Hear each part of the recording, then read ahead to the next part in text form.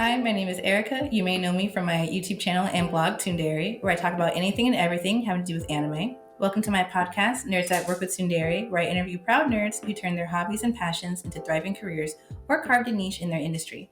I'm very excited for today's guest, Dr. Akil Fletcher. Dr. Fletcher is an anthropologist and gamer who researches the connections between race and online gaming and their influences on each other. He is a Codson postdoctoral fellow in the Society of Fellows at Princeton University, where he teaches and explores the worlds people create both online and offline. Most recently, Dr. Fletcher taught a course at Princeton called Gaming Blackness, the Anthropology of Video Games and Race. He also published a dissertation on gaming and race called Playing in Color, an exploration of Black gaming communities and practices, in which he delved into the process in which Black individuals create worlds of imagination and how Black gaming communities came to be in online spaces perceived to be anti-Black. As someone who is very interested in the intersections of race and how it plays into our everyday experiences, I'm really excited to nerd out with Dr. Fletcher today. So without further ado, Dr. Fletcher, how are you? I'm doing great. That was wonderful. Thank you so much. You forget that you do those things, especially since I hate my dissertation. But Really? I love the ideas and the work that goes into it, but often dissertations are sort of like that first step to creating or writing a book. Mm-hmm. And there's so much transformations that I've been going through. It just doesn't even look the same anymore now that I've been working on the book. But anyway, that's a whole other thing. Thank you. I relate to that. For one, you're welcome and thank you for being here. But I relate to that. So outside of this, I'm a writer full time, and then I also do creative writing and things like that. And sometimes I'll write something, and in that moment, I'm like, this is the greatest thing that I have ever bestowed upon this earth, and everyone has been blessed. And then later on, you perfect your craft, you learn more information or whatever, you go back to read it, and you're like, this should have never seen the light of day. So that's how I feel sometimes. So I kind of get it. I'm glad I'm not the only one then. So the first question that I always ask all of my guests is, what does being a nerd mean to you? Oh, I don't know. Pursuit of happiness. That's a good question. It's personally for me, it's about being able to engage with my passions, despite what individuals may think of them or, however they may appear. I was definitely the kid that played Yu-Gi-Oh at his high school lunch table. I was like, yeah, I totally have a Hyperion, agent deck, but either way. But yeah, since I made a whole career out of video games and, something that I did, it really was just not falling prey to the sort of woes of capitalism where it's like you just have to work and suffer and then the weekends are the only thing that you get to yourself. And, I'm definitely on the I don't dream of labor boat, but if I'm going to do labor, I'm going to at least enjoy what I do. So, and that's actually sorry, go ahead. No, I'm still saying that's nerd. That's being a nerd for me. It's passion. The biggest inspiration for this was that when we grow up, we're told that we're supposed to leave certain things behind. You're supposed to just stop having fun and your life becomes bills, work, TV, and sleep. And that's it. So I wanted to start this podcast as a way of showing people like that doesn't have to be necessarily it. Like there's, you don't have to, you can grow old, we all get older, God willing, but we don't have to grow up necessarily. So I'm going to be 70 still with my anime plushies behind me all the time. I always joke with my wife that I'm just going to be, in the old folks' home, be like, where's my PS50? I saw a TikTok where this person was like, you guys want to go out and drink with me, but if I ask you to go and play Beyblades, all of a sudden it's a problem. So, I felt that. It's brought back the terrible memories of someone stealing my Dragoon. Anyway. Someone stole my Yu-Gi-Oh cards as a kid, so I get it. I never recovered. I was out the game after that. So you're also a gamer. So what are some games that you love to play? Like, what are some of your favorites? What do you love to nerd out to? Oh, I mean, so many. I've been trying to whittle down my top 10 over the years, and it's been rough. So Zelda, I love the series, almost everything about it. Twilight Princess is probably my favorite because the wolf, and I really enjoyed Wolf Link and just the openness for it being the first big title on the Wii / GameCube was amazing. Huge fan of Pokemon. all of the people that I interview, my participants, both in my dissertation and typically in articles that I write, I will typically give the pseudonym of a Pokemon so that, they know who they are, but nobody else knows who Charmander is in my work. Soul Silver is probably my favorite of that series. Sekiro was a huge surprise for me because I wasn't really like, I like Dark Souls and those games and like whatever else, but Sekiro out of all the From Software games really like hit me, and I was like, this game is a top 10. We're in there. God of War Ragnarok is fantastic. As a father, I was like, no way in hell should Kratos have gotten this much character development in such a short time. I'm gonna cry. This is amazing. And then I'm also a huge League of Legends fan, which I play all the time. And I don't know if I love it or I hate it, but I can't stop playing it. So there.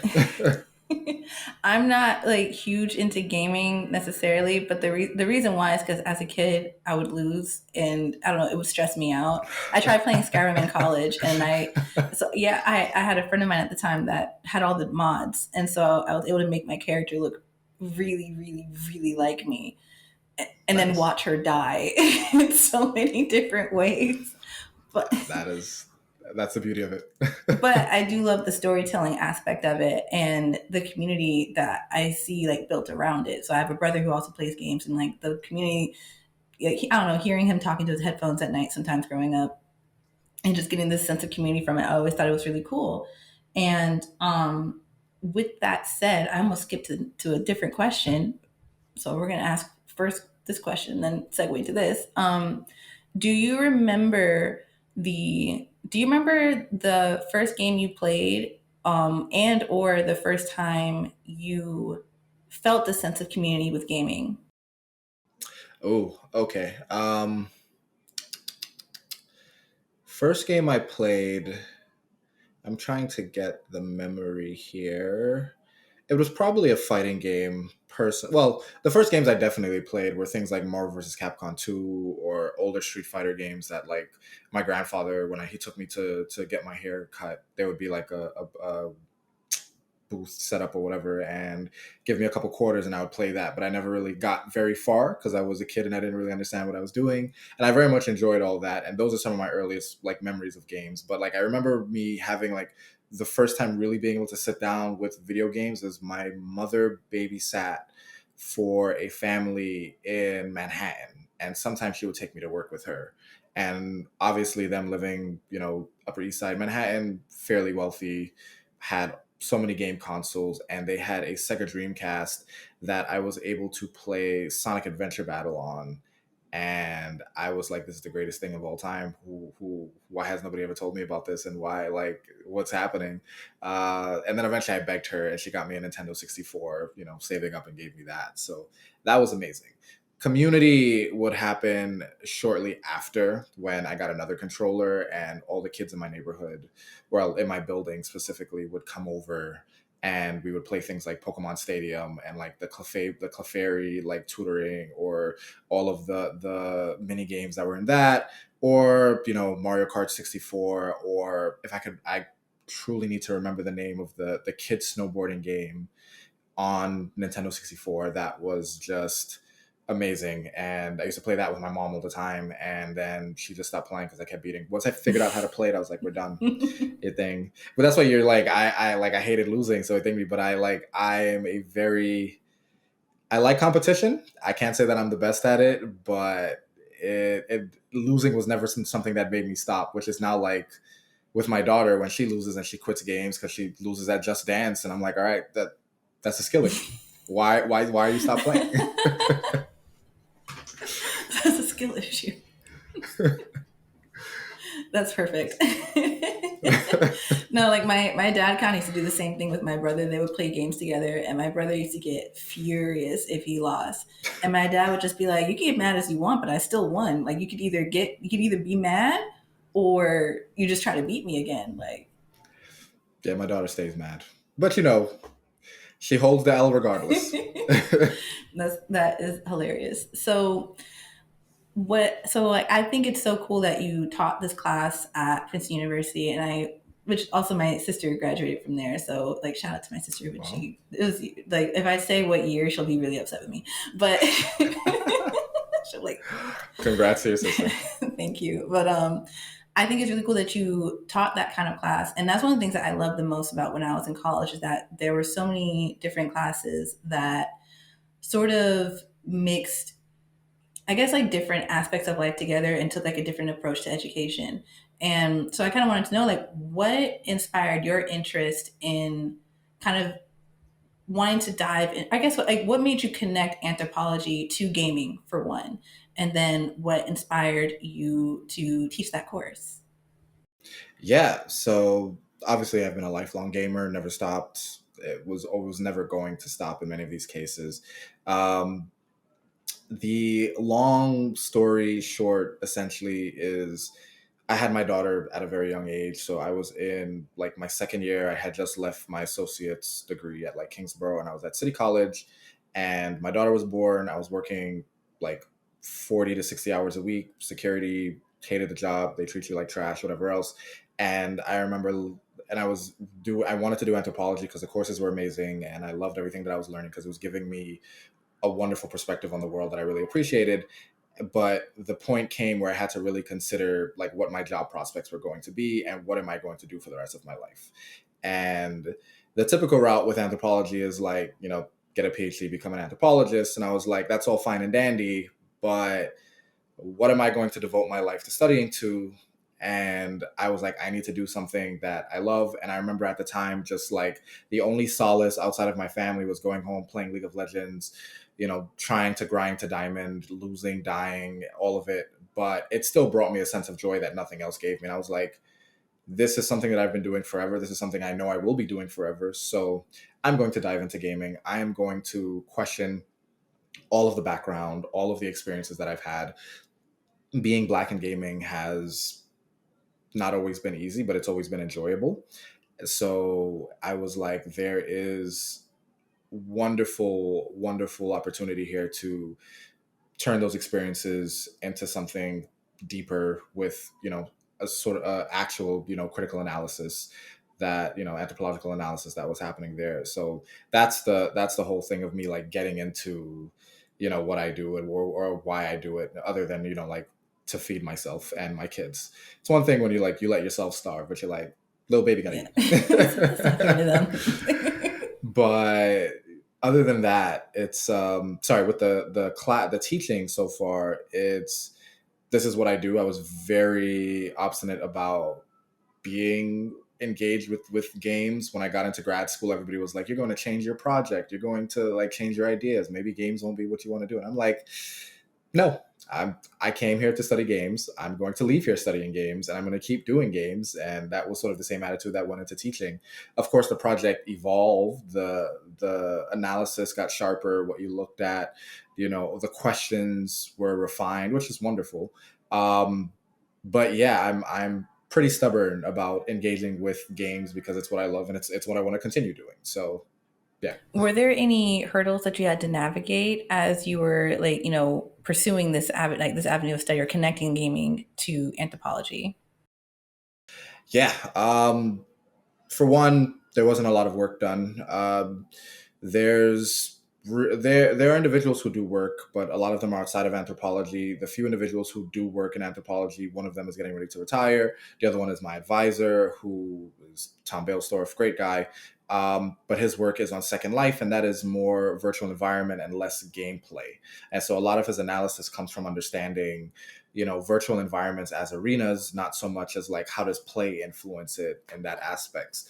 The other aspect is that a lot of that work is very devoid of any sort of racial analysis.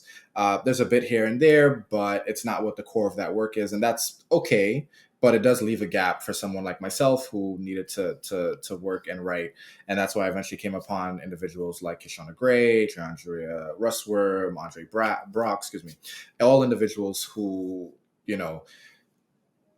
are far and few in between, but they have laid the groundwork for me to be able to do what I do in many of these cases. So the hurdle was finding those individuals, seeing what a possibility there was, because there are lots of folks in anthropology who still don't understand why engagements with that work is being done in many of these cases. And even if they are supportive, sometimes they just don't always understand. Anthropology can be a little slow as a field sometimes, but digital anthropology is exploding, and that's wonderful. And the other hurdles is, often I was only a Black person in the room in many of my classes and many of my spaces and many of these things. And even if it's not a actual sort of hurdle in some of these cases where like I'm not experiencing active racism, blah blah blah, these other things, there is always a moment where you sort of doubt yourself after you have to read 4 books in a week, and you're like, can I do this? Do I belong here? And then you're like, well, nobody else looks like me, perhaps I don't, but you know what, I'm just gonna do it anyway. It's what I'm doing. I'm paying the bills. We're gonna read. I think that's something that I think that's something that a lot of us experience in these spaces. It's like, that you're qualified, that you know what you're talking about, that this is your passion. But if you see that you're the only person who looks like you there, it does make you wonder, like, okay, is there a reason why it's just me? Like, did I walk into the wrong room? Did I walk into the wrong space? I used to be a TV. Well, I didn't do TV reporting. I did some TV reporting, but I used to be a journalist, mostly digital. And I remember in college, especially if you were on the on camera track, so you were on camera to do like anchoring, TV reporting, all that. Even though I went to like a pretty multicultural school, there weren't a lot of girls who looked like me, or honestly anyone who looked like me who was trying to do on camera, especially with like my hair and all these different things, and then hearing that you have to straighten your hair and all this different stuff. And it kind of made me wonder sometimes, like, am I not supposed to be here? Should I have done like production? And then like you, I was like, well, I'm already here. I paid for the classes. What are you gonna do? Throw me out? So Don't give them any ideas. yeah, But I was like, they can't. I'm here. Oh well, I'm gonna make it do what it do.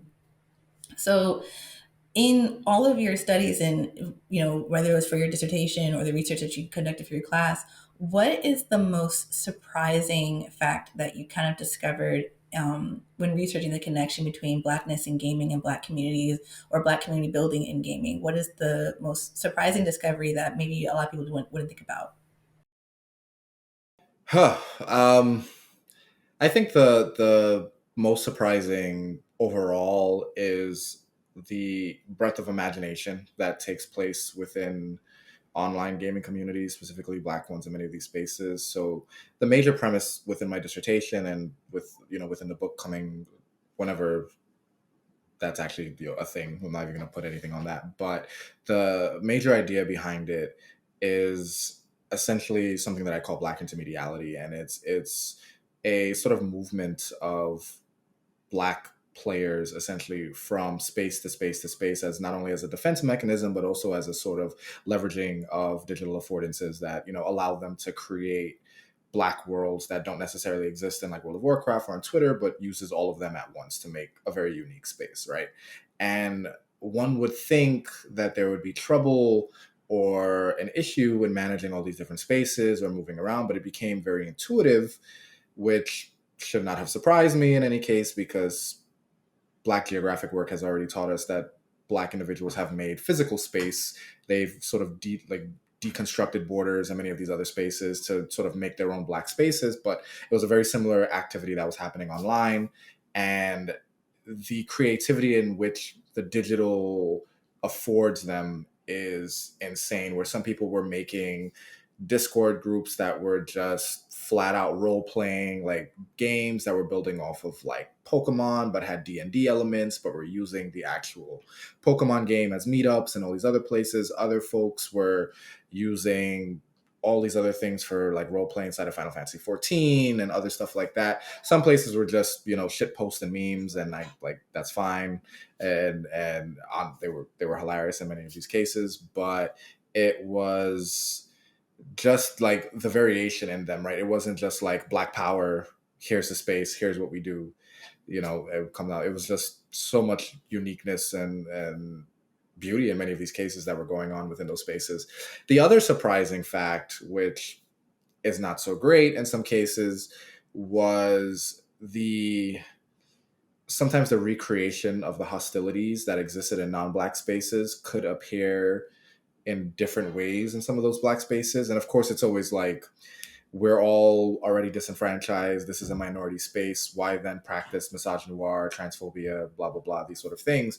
But as everyone understands, that these are deeper conversations and things that we are, experiencing, discussing, trying to understand post-slavery, I can't even say post Black Lives Matters, but there's conversations to be had. And, while I was surprised that it was happening, they were having a conversation. So it was interesting to see that as well. So yeah. That I could definitely see that because so I'm mostly involved in like the different like Black anime communities, Black and POC, but mostly Black anime communities. And it's, you see a lot of that too. So like there will be people that, whether it's in the community or whether it's in Discord or what have you, who we can all unite on the fact that we love anime or that we love a certain anime. But then there's that intersection of identities where, as a Black woman, I might see a certain plot line or a storyline in a different way than the next person, or there just might be certain jokes or memes or things like that that are just not funny to me because they're harmful. But I have that perspective as a Black woman, and the next person might not have that same perspective because they may be Black but they're not a woman. Or even as someone who's cis, I probably won't have the same perspective of someone who is a trans woman. So I could definitely see that coming into play because I see that a lot in the anime community. Did you see where there I don't know how to explain this, but when it came to the conversations that they were having, did you often kind of see, almost, because I've seen this a little bit in like the anime space, almost like digital town halls sometimes that would happen where people would be like, hey, you posted this meme, or people have been saying XYZ or doing XYZ in this space, and it's making certain people in this community uncomfortable. Like, have you seen that? Yeah, all the time. A lot of that stuff happens in one of the groups that I did research. Like, there was basically a war between the men and women within that space. So the town halls will happen a lot, right? In terms of like engaging, the terms of engagement, what could be done, what couldn't be done. And some conversations were healthier than others. Some were incredibly productive. Others just turned into inserts and insults, and slurs and other things being thrown by. But nonetheless, there was a lot of use of, town halls on Twitter, town halls, sort of engagements on Discord. Typically, even on Facebook, it would be underneath a post because there was always a discussion section. I love the fact that you're bringing up anime because I'm also a huge anime fan. But a lot of these spaces, right, when I discuss Black intermediality, or the sort of like connecting threads in Black communities, there is often very little difference, right, between the anime and the gaming group, because they combine, or they have some level of intermingling in many of these cases. So a lot of the same behaviors that you'll see in the anime communities, or anime only in many of these cases, are often the same ones that you find in video game communities, because we all exist in this fandom universe. And often the people who are a fan of Attack on Titan may also be a fan of the From Software games or other things like that. Obviously, there's no correlation between that, but I'm just saying, like, there's a lot of overlap. Yeah, it's just like we all kind of like intersect in different spaces. Like if you're an anime fan, you're also like almost every anime fan I know also is really into gaming, and most gamers I know are Yeah. also into anime. Yeah, and I mean, honestly, that video games and anime, manga, movies, comics, excuse me, sorry, all of these are overlapping, right? All of them are intersecting to the point where sometimes you can't even enjoy one without the other properly in some of these cases. And if you want to be engaged properly in what the nerd community is, then yeah, you'll sometimes have to do both. Of course, not always. My sister just watches anime and plays very little video games, if at all.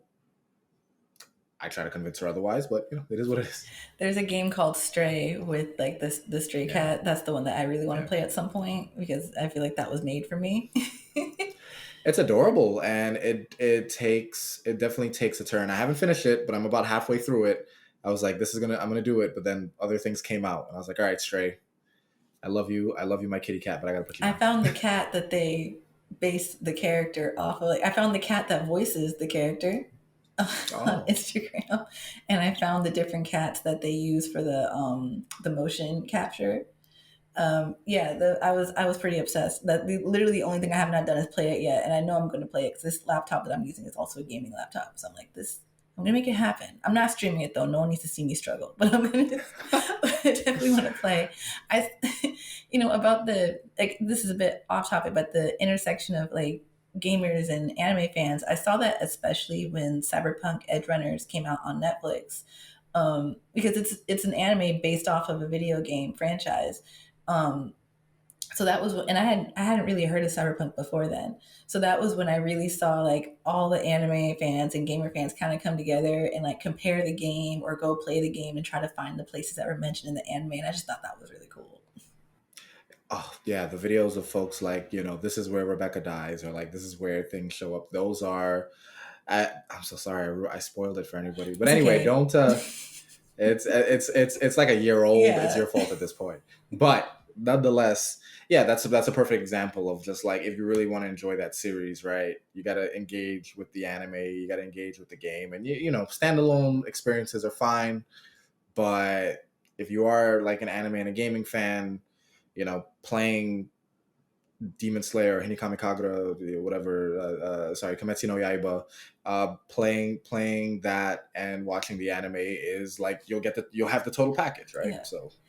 So speaking of playing games, obviously you also, this is how I found you on Twitter, which I thought was really cool.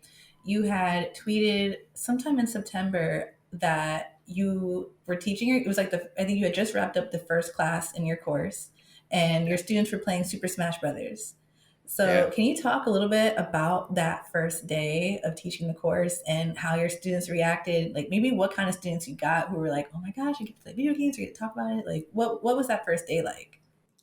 Yeah, so I mean, there's always apprehension and fear on any first day of class, specifically from me, but a little bit from the students as well. But they played it pretty cool, and like any day, it was a breakdown of the syllabus, expectations for the class, sort of definitions of digital anthropology, things like that. But I use Super Smash Bros. Specifically because the title of the course is Gaming Blackness, right?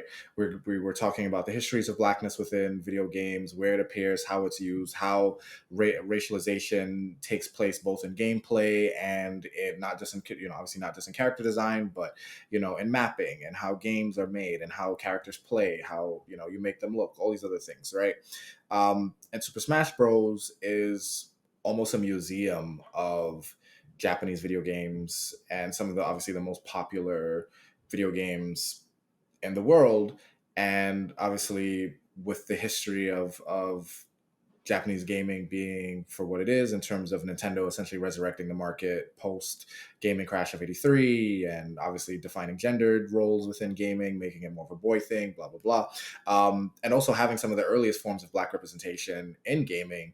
Super Smash Bros. Is a game without any ideally or any sort of specifically mentioned Black character, Mm-hmm. right? So you have 72 or 76 or whatever else in the game, and there's not a Black person to be found unless you're counting Ganondorf, which Middle Eastern or Black in any of these cases, or for the more racially joking in the cast, people always make the joke about Donkey Kong being the Black character, and I'm just like, that is a no-no. Yeah, no. Absolutely not.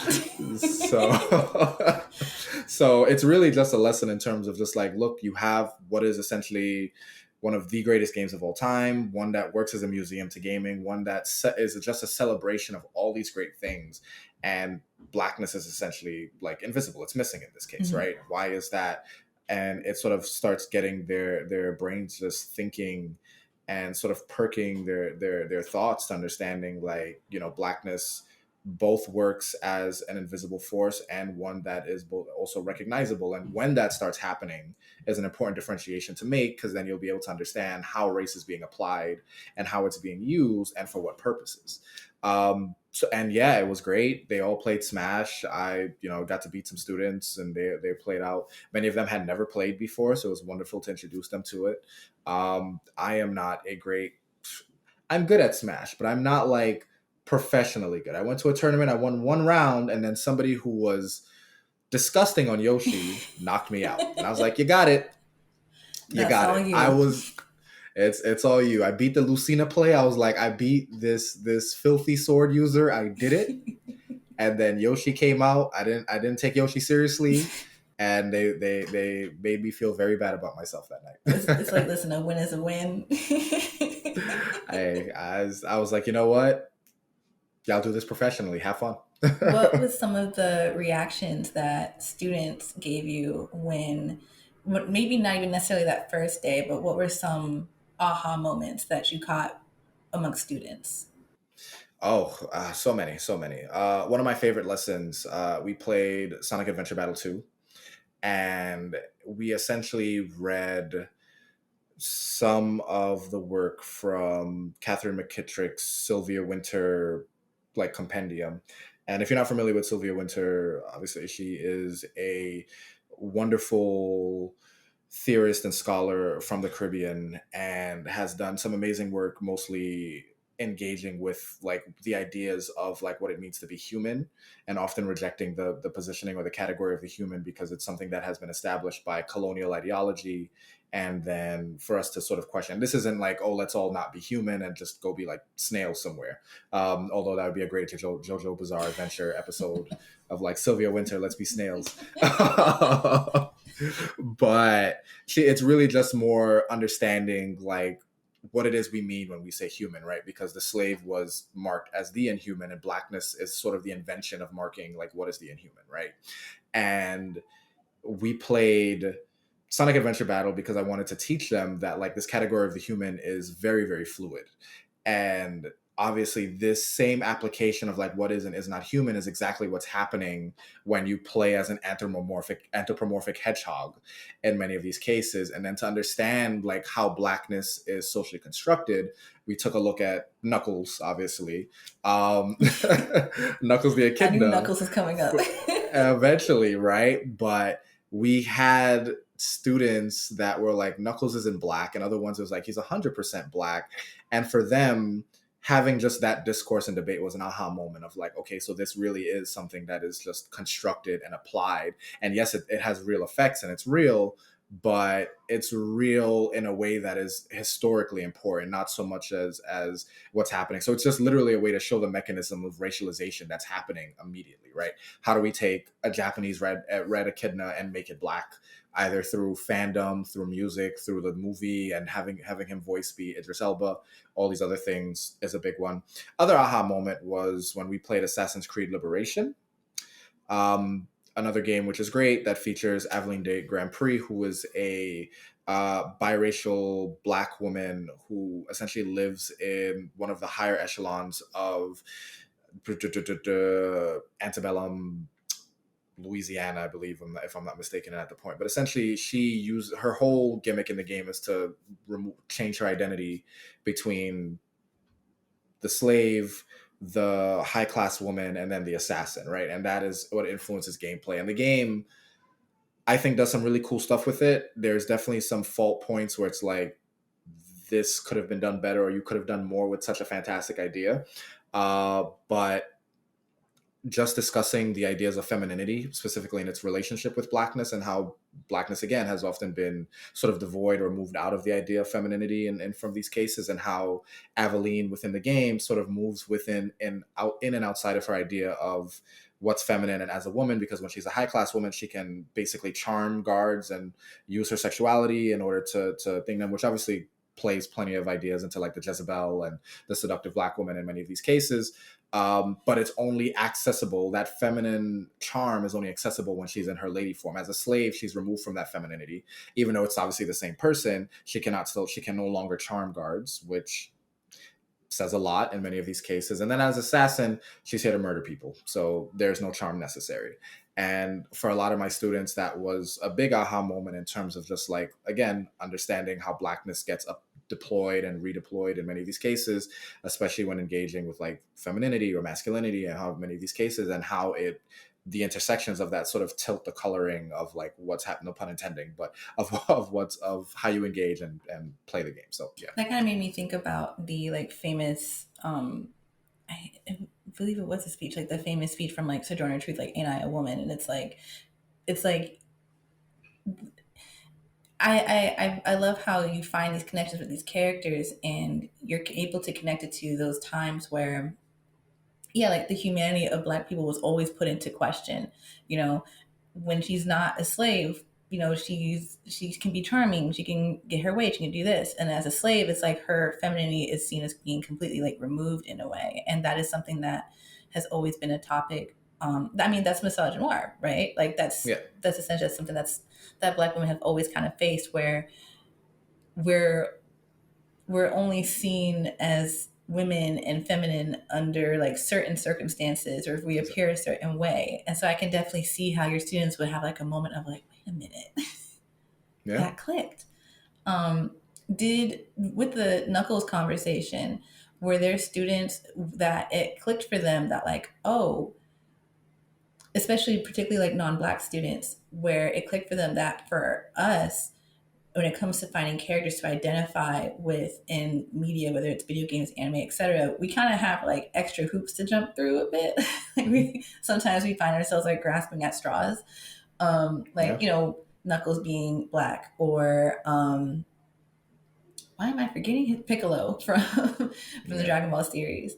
And it's like we kind of, I guess, attach like what we find familiar to these characters, or Mugen from Mhm. Samurai Champloo, who canonically is not Black, but was very clearly Black coded in how they portrayed him. So are there students that maybe walked away having a better understanding of like how we connect with media? Yeah, definitely. Especially since the that week's lesson specifically worked on both sort of like the social analysis or connection that comes out of that and what the developers put into it, right? Mm-hmm. Because it's not always there are often moments where like yeah, we grasp at straws because we talked a lot about the sort of politics of claiming, Mm-hmm. right? Like how, like who do you claim to be Black, things like that, because obviously we have such a lack of representation. Like you said, we have to latch on to something and be like, all right, they know Black characters. That's the one I like. That guy's Yeah. Black. He is the honorary Black character in this show, whatever. Right.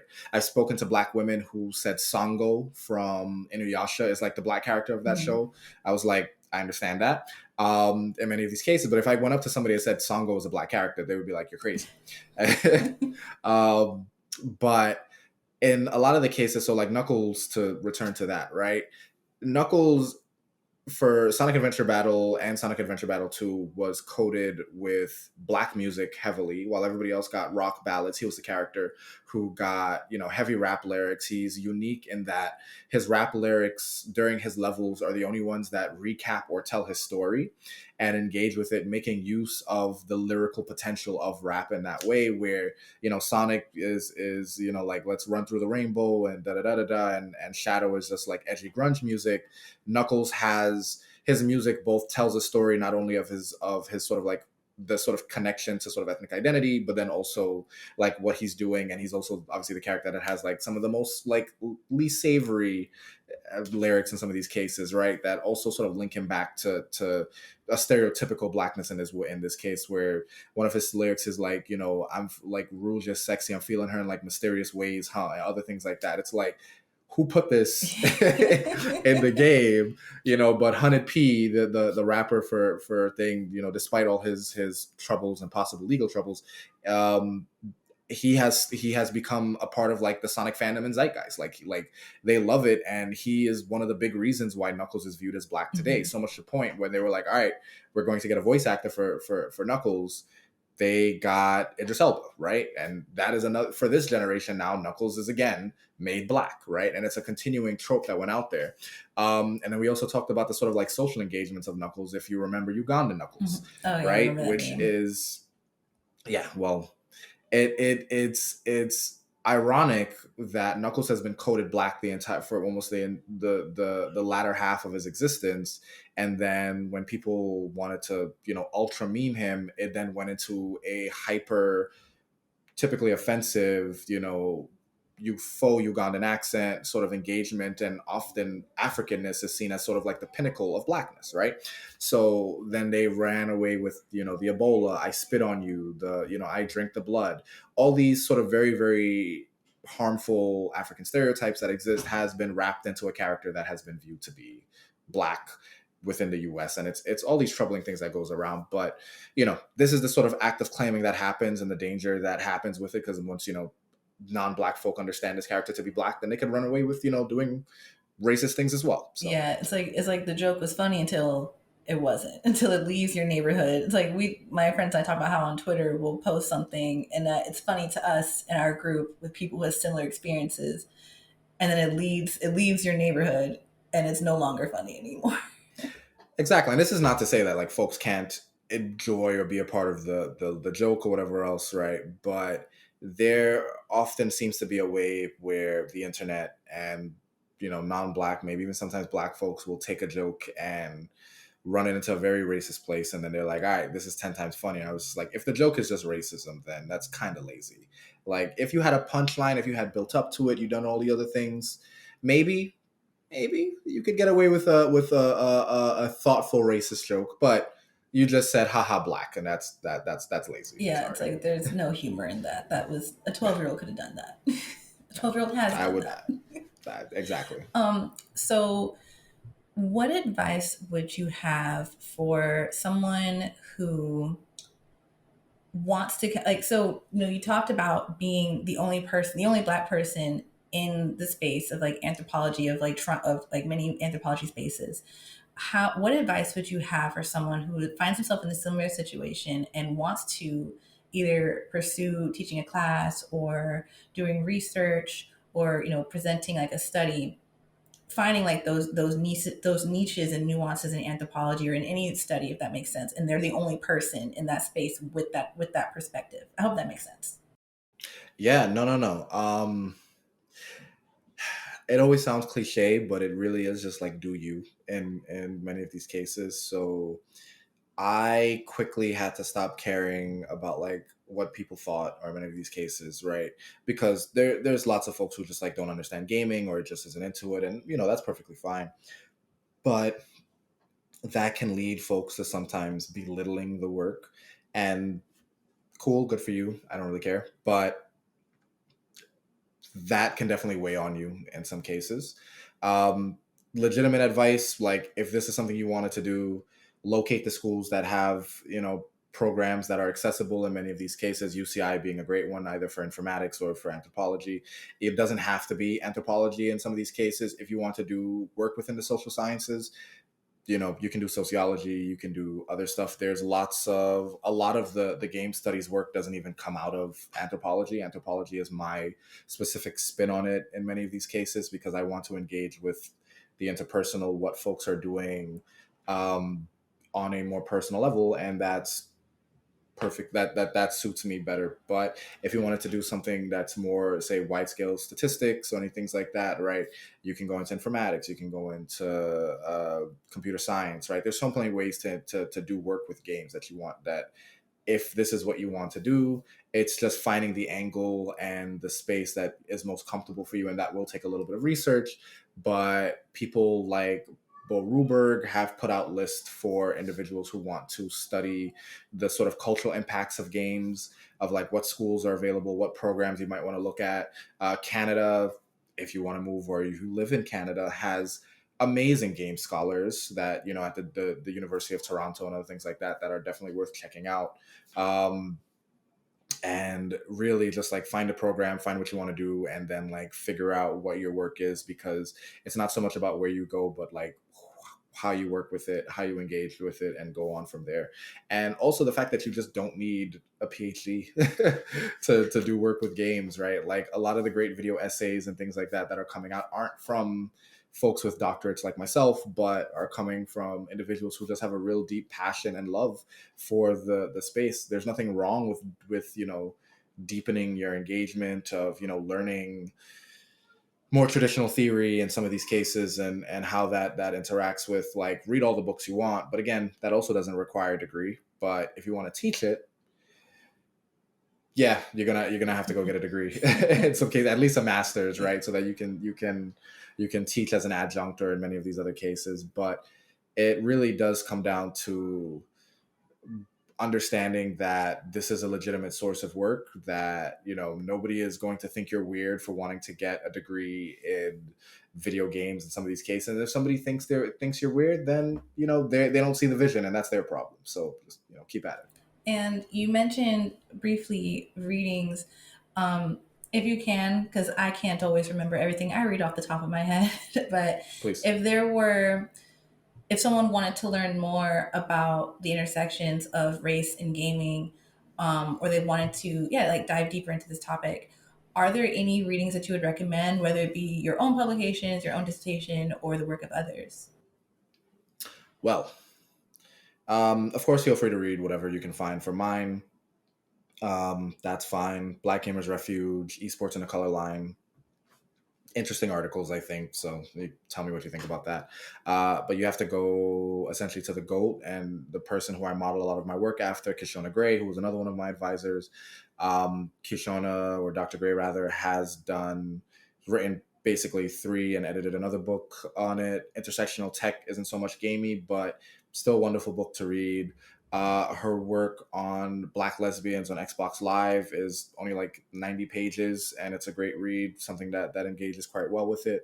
Can't remember the editors for it, but from Mortal Kombat to Barbie is fun read.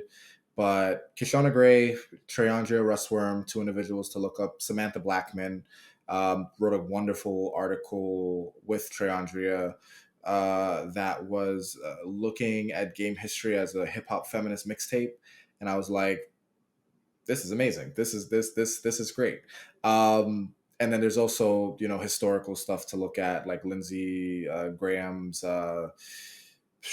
Black Video Game Studies, other stuff like that, which is all great stuff taking out.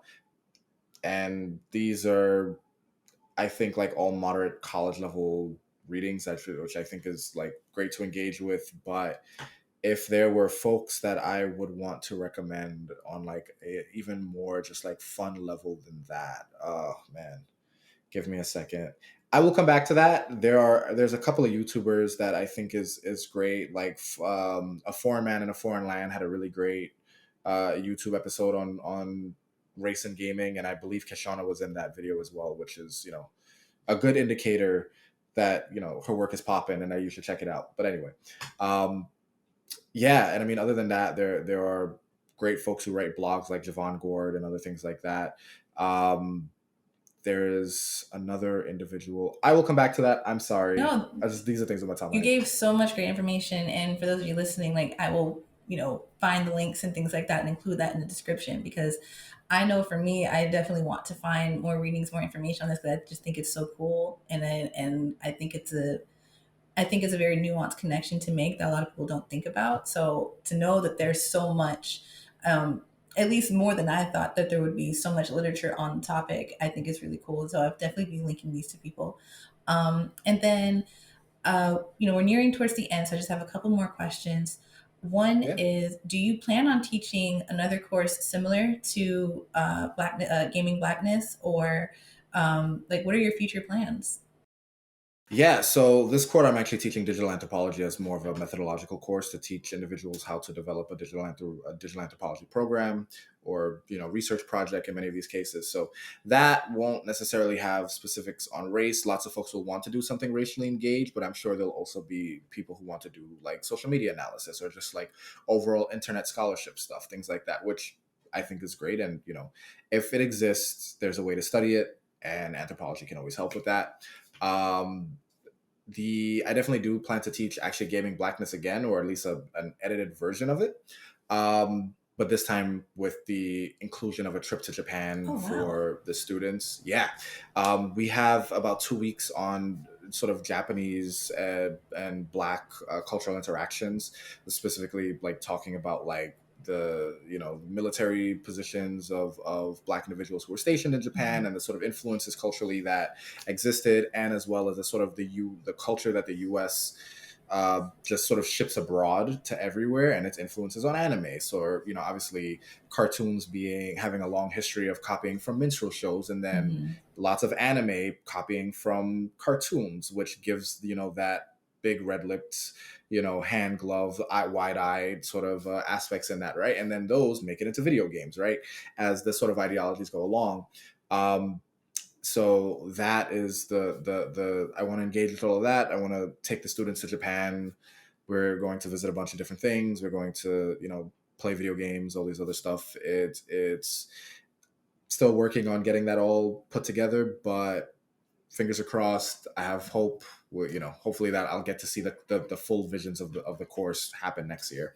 Other stuff than that, I do want to teach longer engagement courses. So with Gaming Blackness, it was more of like a sampling course. Every week we played or, sort of critiqued a different game. So whether it was The Last of Us or The Walking Dead or, Smash Bros or Sonic, that was all great. I do want to just teach a course on, say, like The Last of Us 2, right? And then just like spend the entirety of the 12 weeks playing a chapter from that game, breaking it down, essentially going over, the narrative tools that are being used, what's happening there.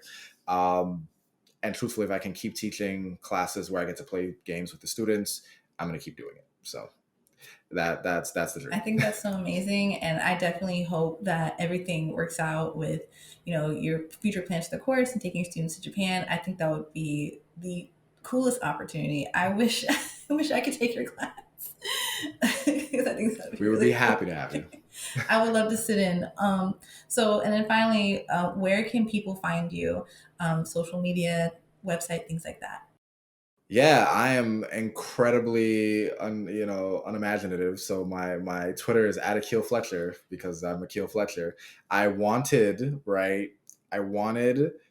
the blackest black mage or the black mage because I play a black mage in Final Fantasy 14, and it's a joke that kills every time I have to give a talk. I'm just like, I am indeed a black mage, and I'm not being facetious. But it was taken, and I had by someone I think in like Illinois, but I'm just like, get off of that.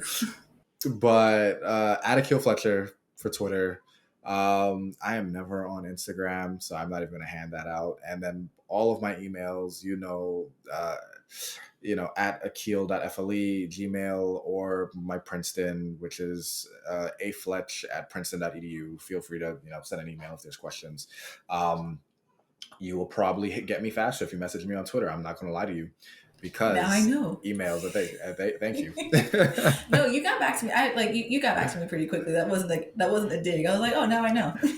No. It's fine. I didn't believe all of my advisors when they're like, when you get to the next step, emails are going to become your worst nightmare. I was like, nah, I'm doing so great with emails now. I answer everyone, I think, and then I got there, and it's like, hey, you get 200 emails a day, and I'm just like, for what? Who is sending it to me? I feel really bad for the people who email me for like at my regular jobs. I'm like, oh my gosh, there's so many of y'all. I'm not gonna get to everybody. I'm gonna do the best I can. Just do the best you can. It's like get an hour, just as many emails as I can do. I do it for an hour a day, and we just rock out either way. It's funny that you mentioned your app being taken because I was initially, so my YouTube channel and like my whole online thing is TsundEri. So it's a play on like my name, Eri, and then TsundEri. Yeah. So I was going to initially call myself TsundErica, and I was like, no one has this. There's no, like, this is all me. I went to go look it up. There's a voice actress whose name is Erica, and on all her social handles, she goes by TsundErica. And I was like, no, she's a great voice actress. Got him. Like, no. So I was like, Eri, right? No one has that. Thank God. Luckily, nobody, no My Hero Academia fans decided to run with TsundEri, so good for you. Listen, I got there just in time because I felt like if I waited a little bit longer, that would have been it. I still owe my followers an Eri cosplay, so if you've been following me and I haven't done it yet, I haven't forgotten. It's just been a lot. It's okay. But thank you so much, and everyone who's listening. If you want to know where you can find me on Twitter at It's the TsundEri, on Instagram at the TsundEri. Oh my gosh, on TikTok at @the_TsundEri, and on my website tsunderi.com. I do this every time, and almost every time I forget what my TikTok is. It's okay. Yeah. Follow her, folks. She's amazing. Do it. Thank you so much. And thank you so much for being a guest. This was a really insightful conversation, and I was really, really excited to do this. I'm so glad I did. I'm so glad that you were able to find the time. So thank you. Of course. I'm so happy to be able to have this conversation as well. If you need anything, let me know. Awesome. And everyone who's listening, I will see you next time.